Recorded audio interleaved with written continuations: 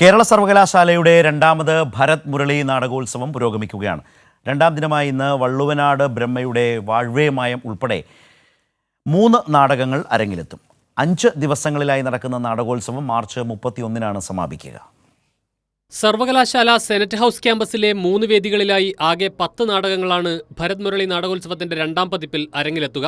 നാടകോത്സവത്തിന്റെ രണ്ടാം ദിനമായ ഇന്ന് വള്ളുവനാട് ബ്രഹ്മയുടെ Vazhvemayam, Malappuram little earth school of തിയേറ്ററിന്റെ 100% സിന്ദാബാദ്, ഏകാംഗ നാടകം കാൺമാനില്ല തുടങ്ങിയവയാണ് അരങ്ങിലെത്തുന്ന നാടകങ്ങൾ. കേരള സംഗീത നാടക അക്കാദമി സംഘടിപ്പിച്ച അമേച്വർ നാടക മത്സരത്തിൽ മികച്ച നാടകം, മികച്ച സംവിധായകൻ, മികച്ച നടൻ എന്നീ പുരസ്കാരങ്ങൾ സ്വന്തമാക്കിയ മാടൻ മോക്ഷം, രണ്ടാമത്തെ മികച്ച നാടകമായി തെരഞ്ഞെടുക്കപ്പെട്ട പൊറാട്ട് എന്നിവയാണ് നാടകോത്സവത്തിലെ മറ്റു ശ്രദ്ധേയ നാടകങ്ങൾ.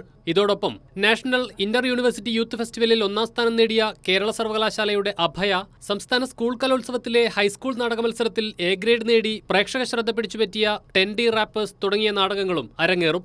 നാടകാവതരണങ്ങളോടൊപ്പം നാടക സംബന്ധിയായ പ്രഭാഷണങ്ങളും ഭരത് മുരളി നാടകോത്സവത്തിന്റെ ഭാഗമായി നടക്കും. 31-ന് നടക്കുന്ന സമാപന ചടങ്ങ് ഭക്ഷ്യവകുപ്പ് മന്ത്രി അഡ്വക്കേറ്റ് GR അനിൽ ഉദ്ഘാടനം ചെയ്യും. അധ്യാപകനും നാടകപ്രവർത്തകനുമായ പ്രൊഫസർ അലിയാർ ചടങ്ങിൽ മുരളി സ്മൃതി പ്രഭാഷണം നടത്തും. നാടകോത്സവത്തിൽ പൊതുജനങ്ങൾക്ക് പ്രവേശനം സൗജന്യമാണ്. കൈരളി ന്യൂസ്, തിരുവനന്തപുരം.